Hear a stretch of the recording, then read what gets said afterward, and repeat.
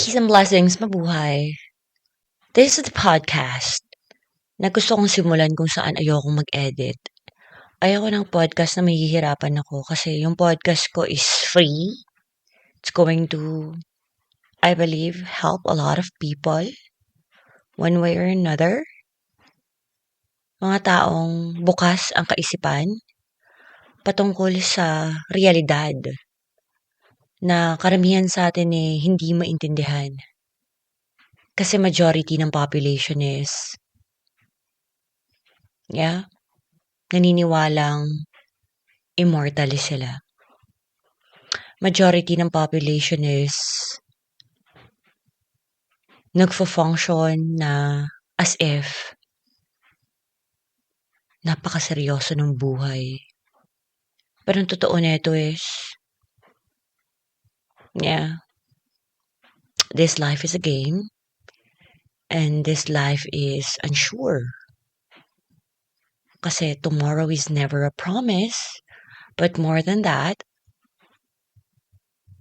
alam mo yung katotohanan na wala kang madadala kahit sino ka pa, kahit ano ka pa sa mundong ibabaw na to. Because at the end of the day,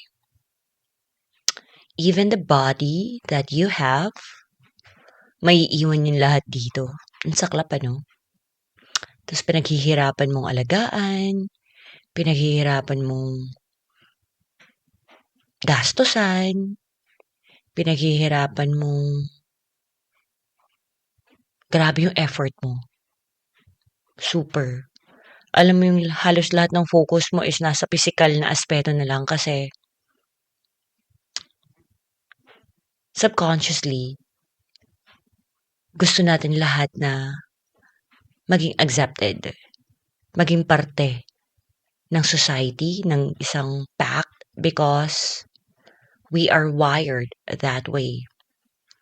Ibig sabihin, lahat tayo merong craving na magustuhan ng kapwa-tao natin. Yet,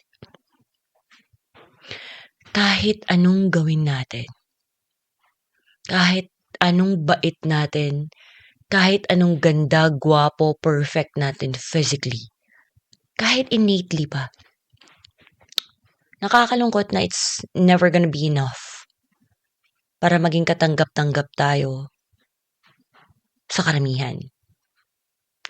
Whether we like it or not everyone will like us. Whether we like it or not, hindi lahat ng tao magugustuhan tayo. And it's so freeing to truly understand that. Alam mo yun, ang sarap kung magkaroon ka ng ganong klase ng level ng clarity. Na so what? If not everyone will like or appreciate or understand you for who you are. Because at the end of the day, everything doesn't matter. Nothing matters. Kasi wala ka naman talagang madadala eh. Diba? Ang saklap na yung oras na meron tayo dito, halos itinuon na lang natin sa fear na kung anong pwedeng sabihin ng ibang tao sa atin. Anong magiging tingin nila sa atin? Ano yung magiging judgment nila sa atin? And at the end of the day, etong mga taong to, hindi naman talaga sila nakaka-contribute sa buhay na meron tayo. Yet we mind them so much. And that is why, death, the ending, the idea of you ending is such a liberating thing. Kasi doon ka matatauhan na, o nga no, bakit sobra kong iniisip kung ano yung sasabihin nila? It's because it's part of our wiring as a human species. Kinreate tayo, the katawan the body pertaining to the body, na meron tayong ganong instinct. All for the survival ng organismo. And when I say organismo, that pertains to the body, the human flesh. Itong katawan na meron tayo. Gusto nating i-accept tayo, katanggap-tanggap tayo sa sosyedad dahil yung part ng brain natin, the reptilian brain, it craves survival. Dinisenyo yung utak na to na dapat masigurado niya na safe tayo. And only pag meron tayong kasamang iba or pag nasa grupo tayo or pag nasa pack tayo, magkakaroon ng assurance na yes, you're safe. Kasi marami kayo.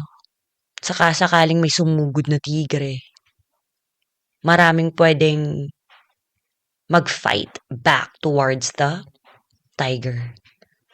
Pero iba na sa panahon ngayon Wala naman ng tiger. Yet, nag-evolve tayong may ganun tayong klase ng mentality. And very little lang sa atin ang naiintindihan yan na the reason behind why we crave acceptance, it's because of that. Part of our brain. It's instinctual sa atin na dapat maging katanggap-tanggap tayo. Pero now that you're listening to this podcast, I tell you, it doesn't matter nowadays kasi wala naman talaga ng tigreng pagala-gala sa palibot na pwede kang kainin kahit ikaw lang mag-isa. Halos bilang lang sa 10 daliri natin yung mga tigreng, I guess I'm not so sure with exact counting. Na makikita mo sa probinsya mo or sa city or sa lugar kung saan ka ngayon. Kaya relax, guys. It's time to breathe. Hingang malalim. And yeah, just love the life that you have and appreciate the life that you are and stop thinking kung ano or stop minding kung ano yung iniisip o kung anong pwedeng isipin ng ibang tao sa'yo. Kasi totoo lang, everyone is so busy minding their own life as well. So just go on with your life and learn more about you, about your design para mas ma-enjoy mo itong buhay na to. Kasi tomorrow is never a promise. So might as well enjoy every second, minute, hour, days, weeks, months, years na niregalo sa'yo ng divine. I guess that's it for today's episode. I'll catch you on the next episode. Much love, and this is the podcast. This is E. Much love, Carpe Diem, Namaste, and Hiraya Manawari. Have a pleasant evening ahead.